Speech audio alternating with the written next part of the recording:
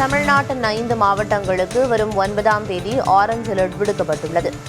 அன்றைய தினம் மயிலாடுதுறை, நாகை, தஞ்சை, திருவாரூர், புதுக்கோட்டை ஆகிய மாவட்டங்களிலும் காரைக்காலிலும் மிக கனமழைக்கு வாய்ப்பிருப்பதாக சென்னை வானிலை ஆய்வு மையம் தெரிவித்துள்ளது.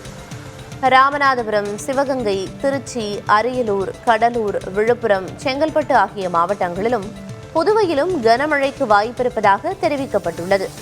10ஆம் தேதி கடலூர், விழுப்புரம், செங்கல்பட்டு ஆகிய மாவட்டங்களிலும் புதுவையிலும் மிக கனமழைக்கு வாய்ப்பிருப்பதாக கூறப்பட்டுள்ளது. மயிலாடுதுறை, நாகை, தஞ்சை, திருவாரூர், அரியலூர், பெரம்பலூர் ஆகிய மாவட்டங்களிலும் கள்ளக்குறிச்சி, திருவண்ணாமலை, ராணிப்பேட்டை, காஞ்சிபுரம், திருவள்ளூர், சென்னை ஆகிய மாவட்டங்களிலும் காரைக்காலிலும் கனமழைக்கு வாய்ப்பிருப்பதாக தெரிவிக்கப்பட்டுள்ளது.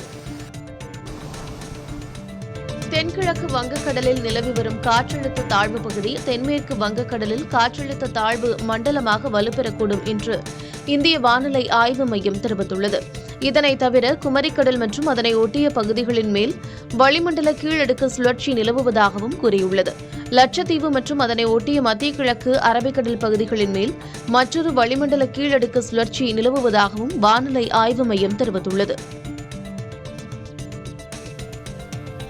தமிழ்நாட்டில் 3 நாட்களுக்கு மிதமான மழைக்கு வாய்ப்பிருப்பதாக சென்னை வானிலை ஆய்வு மையம் தெரிவித்துள்ளது. இன்றும் நாளையும் கடலோர தமிழகத்திலும் புதுவை மற்றும் காரைக்காலிலும் மிதமான மழைக்கு வாய்ப்பிருப்பதாக கணிக்கப்பட்டுள்ளது.